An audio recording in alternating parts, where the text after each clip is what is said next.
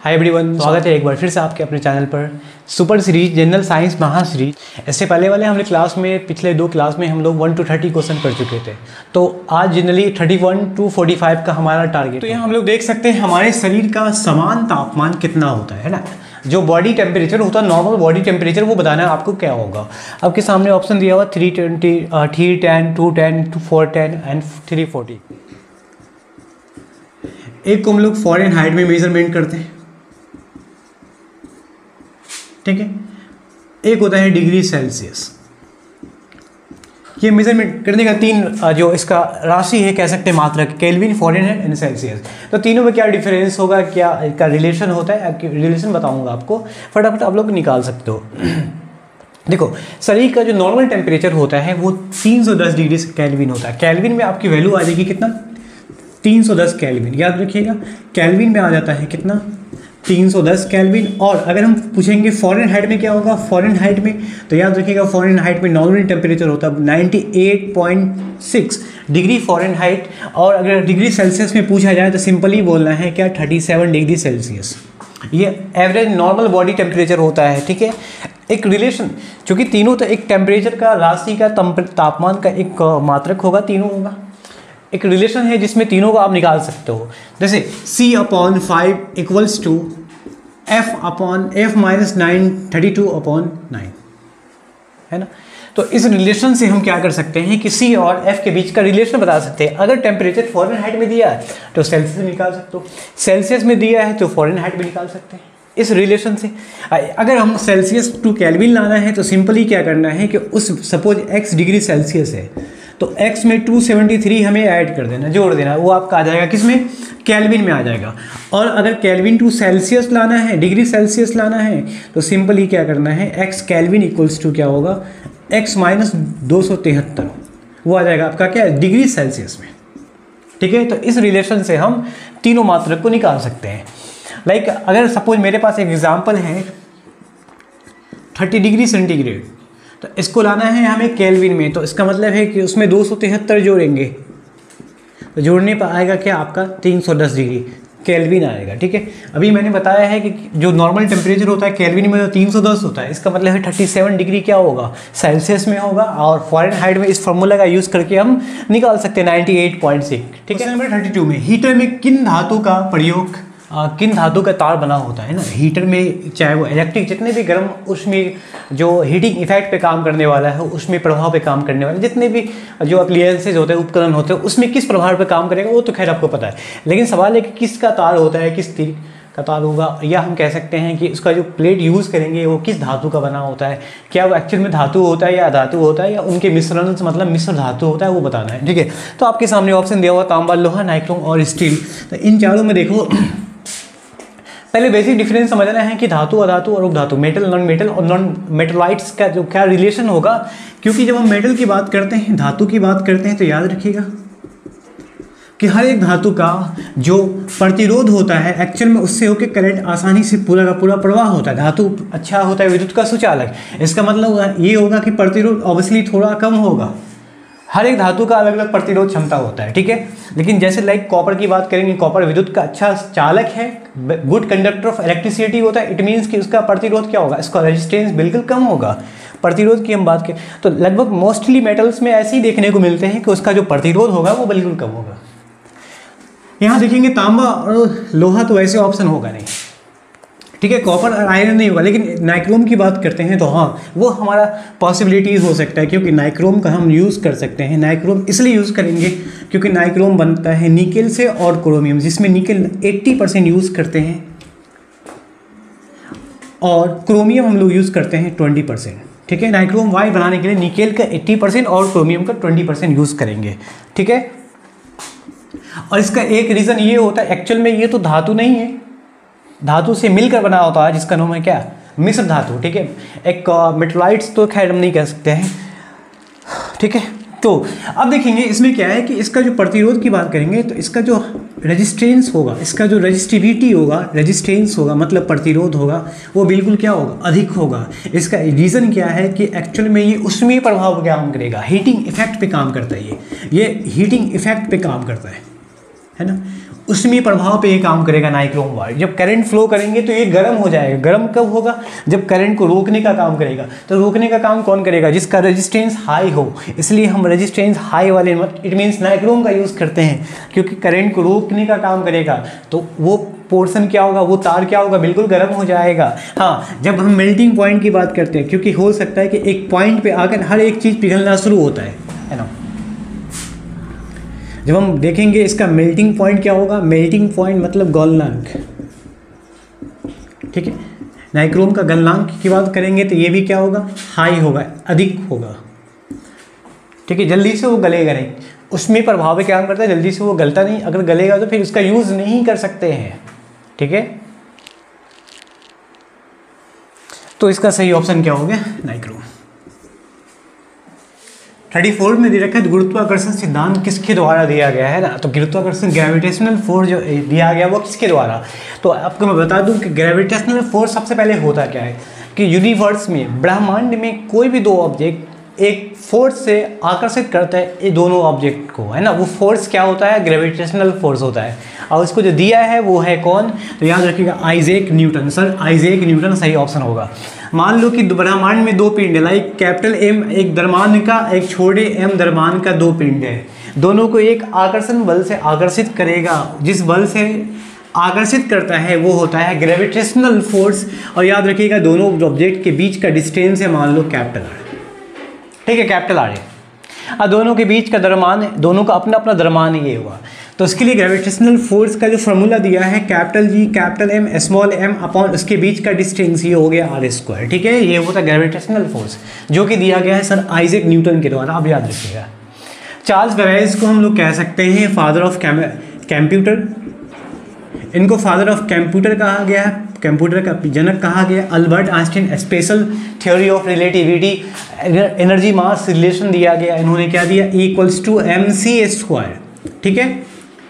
चलिए बढ़ते हैं 35 क्वेश्चन नंबर 35 में लिखा हुआ आर्द्रता को मापा जाता है, ह्यूमिडिटी को मेजर करने वाला जो उपकरण होगा, यंत्र होगा, इट मीन्स कि वो डिवाइस होगा, वो सही ऑप्शन क्या आपको। तो इसमें हेक्टोमीटर है और लैक्टोमीटर, हाइग्रोमीटर और हाइड्रोमीटर। फटाफट बताना है सही है इसका ऑप्शन क्या हो, कमेंट करके बताएं एक बार। तो ह्यूमिडिटी को मेजर करने वाला कि एटमॉस्फेयर में जितना ह्यूमिडिटी उपस्थित है, जल के अंश मौजूद होते हैं, है ना, वाटर वेपर मौजूद होते हैं, वो होता है ह्यूमिडिटी आर्द्रता। तो उसको मेजरमेंट करने वाला जो सही उपकरण है वो याद रखिएगा वो होता है हाइड्रोमीटर, है ना। तो ह्यूमिडिटी को उपकरण मापने वाला उपकरण का नाम क्या है, हाइड्रोमीटर। इसमें कुछ और भी है, इसमें दे रखे हैं आपका हेक्टोमीटर। तो इसका काम क्या होता है, एरिया को मेजरमेंट करना। हेक्टर, हेक्टर से आपके क्या समझोगे, हेक्टर एरिया को मेजरमेंट करना होता है। क्षेत्रफल को मेजर किया जाता है किसके द्वारा, हेक्टर द्वारा। यहाँ दे रखा है लैक्टोमीटर। तो लैक्टो से एक वर्ड आता है लैक्टोजन, ठीक है, लैक्टोजन जो कि पाया जाता है क्या, दूध में। तो दूध की शुद्धता को, है ना, दूध की शुद्धता को मापने का काम करता है कौन, लैक्टोमीटर, है ना। प्योरिटी को, है ना, मिल्क की प्योरिटी को मापने का काम करता है कौन, लैक्टोमीटर। अगला दे रखा है हाइग्रोमीटर, है ना, सही ऑफ एक्चुअल में हाइग्रोमीटर है, हाँ हाइग्रोमीटर। तो याद रखिएगा इसका जो काम क्या होता है, जल की घनत्व को मापने का, जल का घनत्व को मापने के काम करता है। डेंसिटी ऑफ वाटर, जल के घनत्व को मापने का काम करेगा कौन, हाइग्रोमीटर। तो इसमें सही ऑप्शन होगा हाइड्रोमीटर। क्या होता है कि ये मापेगा ह्यूमिडिटी, है ना, आर्द्रता को मापने का काम करेगा। नेक्स्ट है 36 पादप कोशिका भीति बनी होती है ना, प्लांट सेल वॉल जो बनी होती है वो शर्करा, सेलुलोज, सुक्रोज एंड मिकोइनी। सही ऑप्शन बताना है क्या होगा, फटाफट बताएं।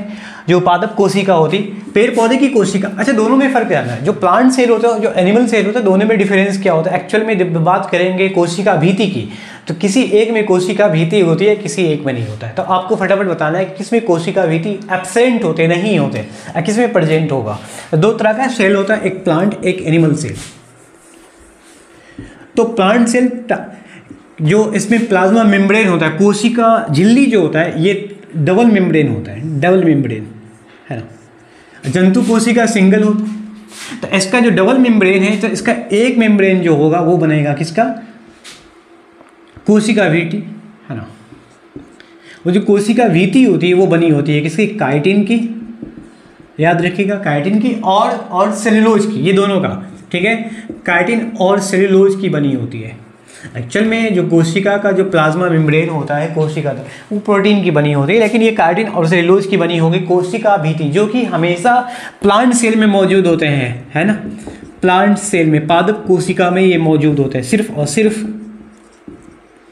तो हमारे सामने ऑप्शन है, काइटिन तो वैसे दिया नहीं हुआ है तो दे सकते हैं, इसमें सेल्यूलोज ऑप्शन सही है, option number B is correct, cellulose की बनी होती है। ठीक है, 37 दिया कार्ज की इकाई क्या होती है, तो कार्ज की इकाई बताना है, वाट है, जूल है या न्यूटन है, या इनमें कोई नहीं, सही बताना आपसे। कार्ज मैं बता दूं आपको, जो वर्क होता है, कार्ज होता है, वो ऊर्जा का एक रूप होता है ना, ऊर्जा का जो एक रूप होगा वो होगा कार्ज, कार्ज हो या ऊर्जा हो, ये सब ऊर्जा का एक रूप होता है ना, कार्ज हो या ऊष्मा हो, ये सब का सब ऊर्जा का एक रूप होता है। एसआई यूनिट की बात करते हैं तो इसका जो एसआई मात्रक होगा, इसमें कार्ज का भी जूल होता है, ऊर्जा का भी जूल होगा, ऊष्मा का भी जूल होगा। वैसे कैलोरी भी हम लोग यूज़ करते हैं, एक कैलोरी भी यूज़ करते हैं इकाई यूनिट, तो ऑप्शन में जो होगा एक्चुअल में वो होगा जूल। ठीक है, कार्ज का एसआई मात्रक, क्योंकि काम करने की क्षमता को, पावर ऑफ वर्क वो होता है हमेशा क्या, एनर्जी के फॉर्म में, मतलब उसका एसआई यूनिट हो जाएगा आपका क्या, जूल। अच्छा, कुछ इन्फॉर्मेशन इसमें लिखा है वाट, तो वाट होता है पावर का, है ना, पावर का, क्षमता का एसआई मात्रक क्या होगा, वाट। न्यूटन जानते हैं तो वो होता है फोर्स का एसआई मात्रक, है ना, बल का एसआई मात्रक होता है न्यूटन। ठीक है, 38 ब्रह्मांड में, ब्रह्मांड होना चाहिए अक्षर में, थोड़ा सा दिक्कत हो लिखने में। सबसे अधिक पाया जाने वाला तत्व कौन सा है, which element is most abundant in the universe, universe में सबसे ज़्यादा कौन सा एलिमेंट पाए जाते हैं, हाइड्रोजन, हीलियम, ऑक्सीजन या कार्बन डाइऑक्साइड। आपके सामने ऑप्शन दिया है, तो एक बार बता दूं कि जो हल्की गैस है वो ब्रह्मांड में सबसे ज़्यादा पाई जाती है। आपको पता चल गया होगा सही ऑप्शन क्या है, हल्की गैस कौन है, तो इसमें जो सबसे हल्की गैस है वो है हाइड्रोजन। हाइड्रोजन ब्रह्मांड में, यूनिवर्स में सबसे ज़्यादा पाया जाता है। ठीक है, सबसे ज़्यादा। चलिए क्वेश्चन नंबर 39 देखते हैं, किसकी कमी के कारण थायराइड ग्रंथि को अत्यधिक वृद्धि हो जाती है, थायराइड ग्रंथि अत्यधिक वृद्धि हो जाएगी, तो सही ऑप्शन बताना है ना। एक थायराइड ग्लैंड हो जाए, लैरिंग्स जानते हैं ना, यहाँ पे श्वसन अंग जो होते हैं, श्वास नली होते हैं, लैरिंग्स के ठीक ऊपर होते हैं क्या, थायराइड ग्रंथि पाए जाते हैं। द्विपिंडक रचनाकार होते हैं, दो साइड पाए जाते हैं, थायराइड ग्रंथि होते हैं। उस ग्रंथि से निकलने वाला, याद रखिएगा, जो थायराइड ग्रंथि होता है, थायराइड ग्लैंड होता है, इससे निकलने वाला हार्मोन जो है वो है थायरोक्सिन। क्या होता है, थायरोक्सिन।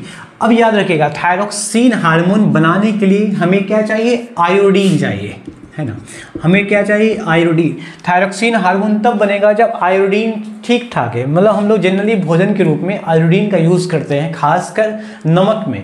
तो नमक में आयोडीन, एक्चुअल में भोजन में आयोडीन की कमी होती है, तो हो सकता है कि ये हार्मोन ना बने, ये कम बनेगा तो थायराइड ग्रंथि बढ़ जाएगा, निकल सकता है। ठीक है, तो इसको बढ़ाने के लिए क्या करते हैं हम लोग, भोजन में नमक के रूप में इसको यूज़ करते हैं, और इसको यूज़ करने से हम अब थायरोक्सिन हार्मोन बैलेंस रहेगा, थायराइड ग्लैंड जो इंक्रीज नहीं करेगा, बढ़ नहीं सकता। यहाँ पे अत्यधिक वृद्धि हो जाती है थायराइड ग्रंथि, वो किसकी कमी से, तो आपको समझ में आ जाएगा, जैसे इसकी कमी होगी इसका मतलब इसका स्वाद, इसका जो फ्लो होगा वो हमारे बॉडी से अंतःस्रावी ग्रंथि से कम हो जाएगा, जब ये कम होगा तो ये बढ़ जाएगा।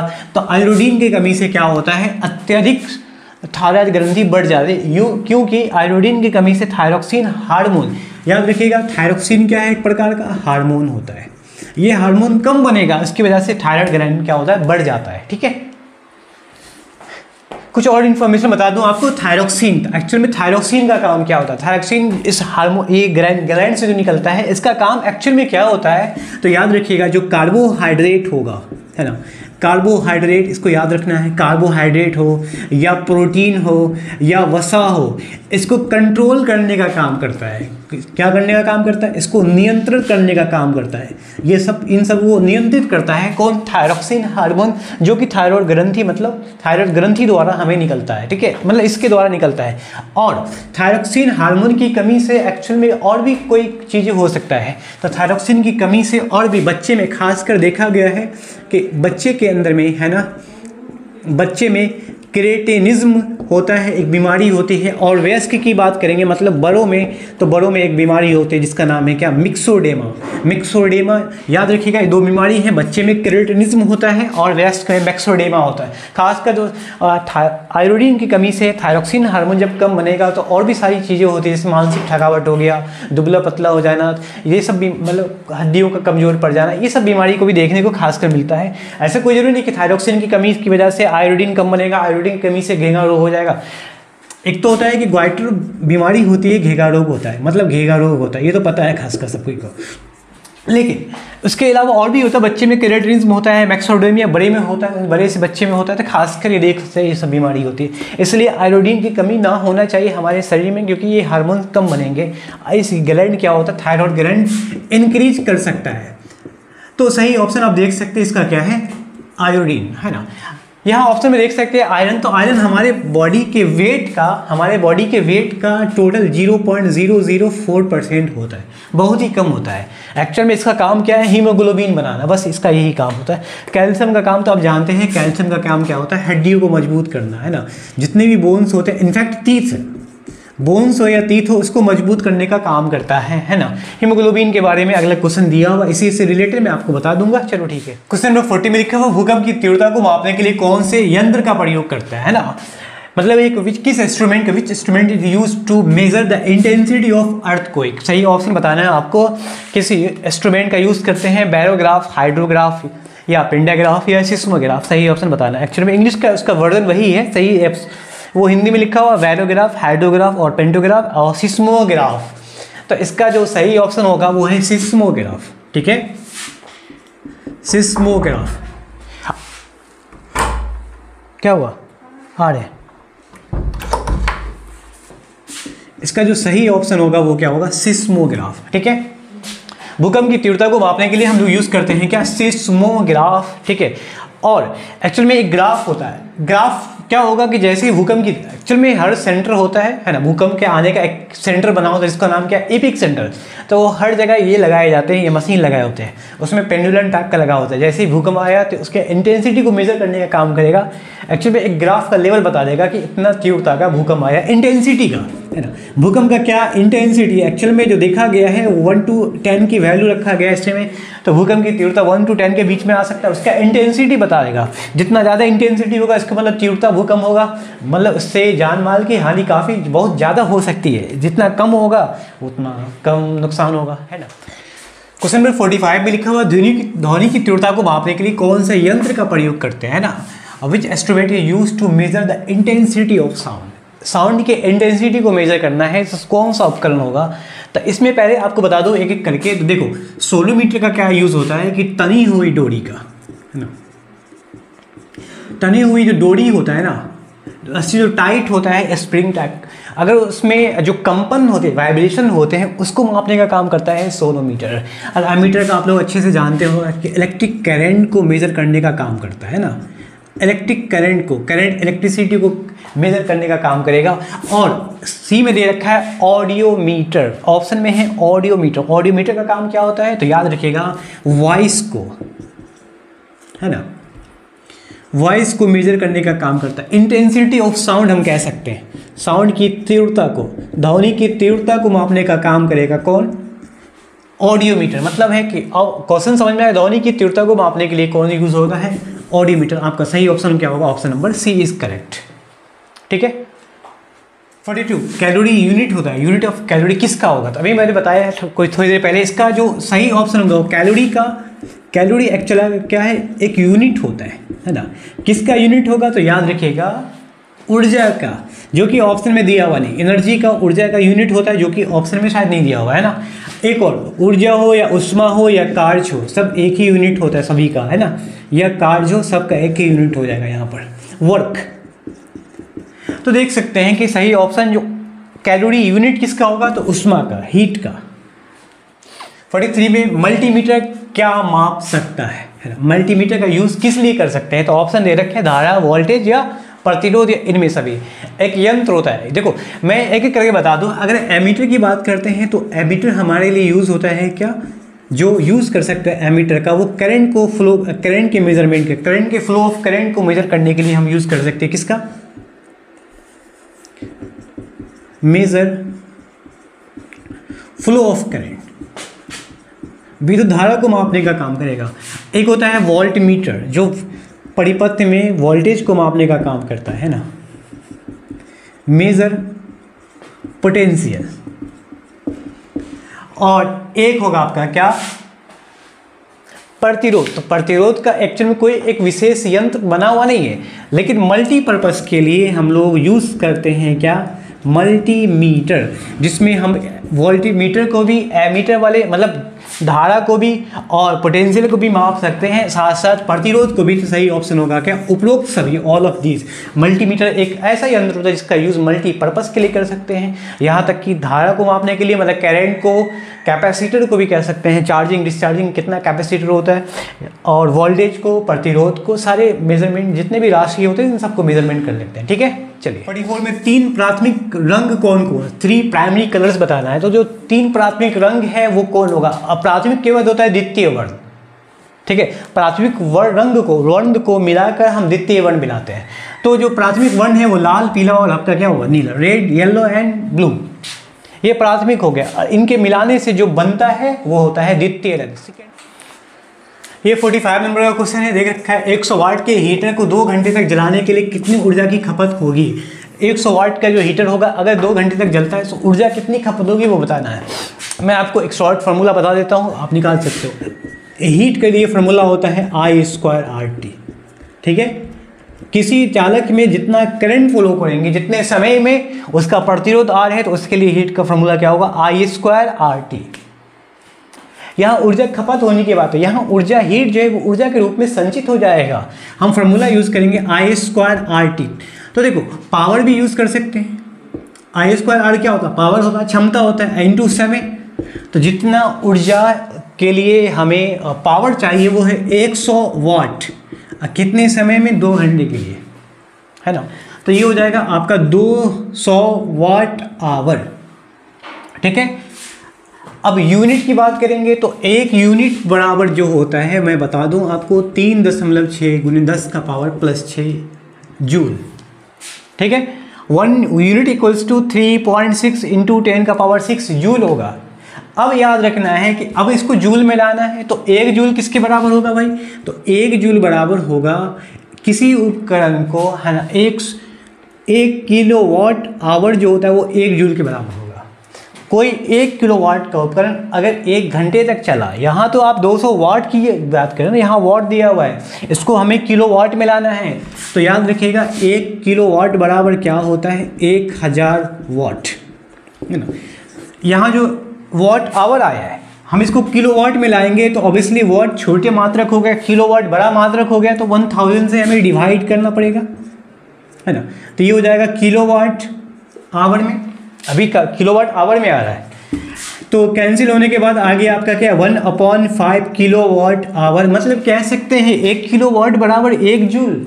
तो ये हो गया आपका 1 जूल, 1/5 जूल, 1 जूल बराबर हो गया, है ना। देखिए 1/5 किलोवाट आवर मतलब क्या हुआ, 1/5 जूल। अब 1/5 जूल का मतलब हो गया 0.2 जूल। अब 1 जूल बराबर, ये तो होता है 1 यूनिट के बराबर होगा। अच्छा, यहाँ 1 जूल 1 यूनिट के बराबर ही दिया गया है, कोई इशू की बात नहीं, 1 जूल 1 यूनिट के बराबर दिया है, तो 0.2 आपका क्या होगा, यूनिट हो जाएगा, है ना। 1 यूनिट 1 जूल के बराबर, मतलब 1 किलोवाट उपकरण का अगर 1 घंटे तक जलाते हैं तो 1 जूल मतलब 1 यूनिट ऊर्जा की खपत होती है। इस फॉर्मूले से हम इजीली निकाल सकते हैं। देखो यहाँ वाट में दिया हुआ, किलोवाट में निकालना है।